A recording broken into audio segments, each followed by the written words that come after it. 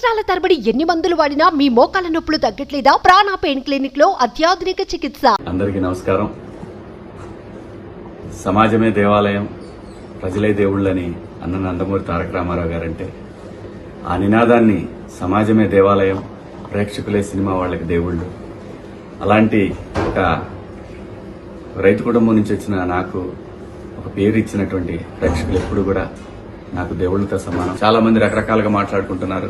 Star మా వాళ్ళు శివాజీని వెనకాల పెట్టారు, అక్కడ పెట్టారు, ఇక్కడ పెట్టారు, వేరే వాళ్ళని ముందుకు తీసుకొచ్చారు. ఇవన్నీ నేను ఒప్పుకోను.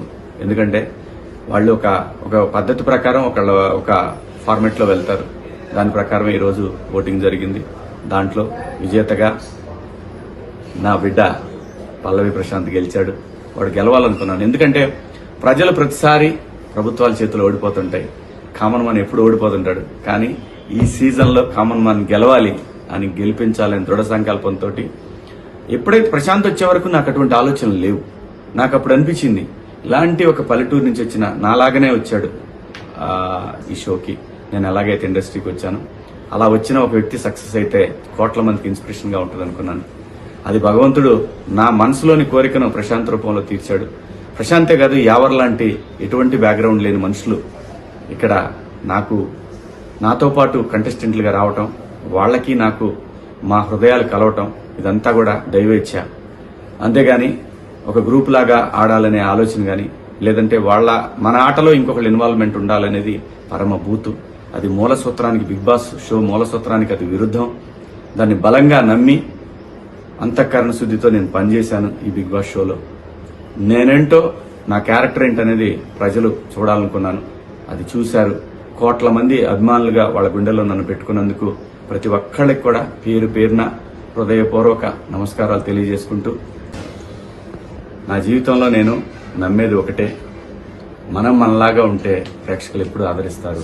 మనం నటిస్తే ఆ రోజు వాళ్ళ హృదయాల్లో నుంచి పక్క దోసేస్తారనేది నేను ఎప్పుడు నమ్మే సిద్ధాంతం. అలాగే నా కోసం అహర్నిశలు పనిచేసినటువంటి అభిమానులందరికీ కూడా మీకు చేతులెత్తి నమస్కరిస్తూ మీకు పాదాభివందనాలు తెలియజేసుకుంటున్నాను. బిగ్ బాస్ సీజన్ 7 జర్నీ నా లైఫ్లో ఒక మధురానుభూతి. ఈ పాఠశాలలోకి లైఫ్లో ఒక్కసారి అడ్మిషన్ దొరికింది ఏ మనిషికైనా. సో అలాంటి అవకాశం నాకు ఇచ్చిన స్టార్ మాకి, ఎండమోల్కి నేను సదా రుణపడి ఉంటాను.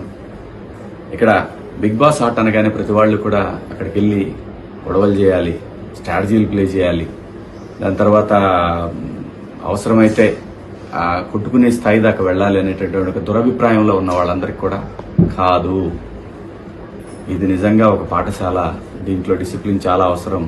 ఇది మనకి లైఫ్ పాఠాలు నేర్పుతుంది అనేది చెప్పాలనుకున్నాను. ఈ షో ద్వారా అందరికీ చెప్పాను. ఆ అవకాశం నాకు స్టార్ మా ఇచ్చింది.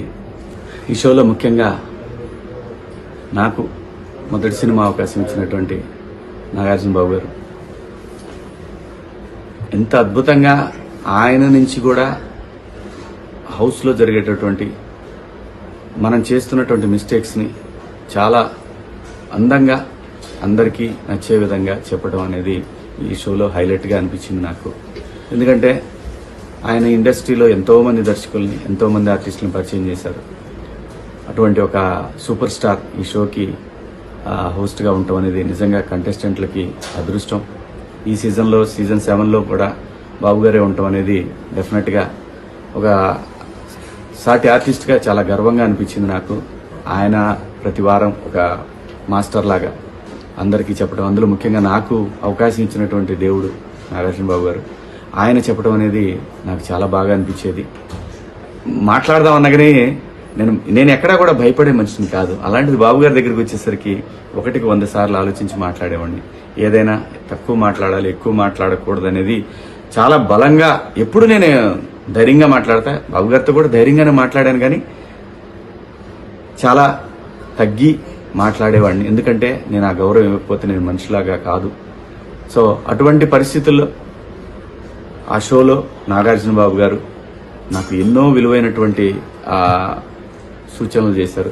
వారికి కూడా ఈ షో సక్సెస్లో వారిది ప్రధాన పాత్ర.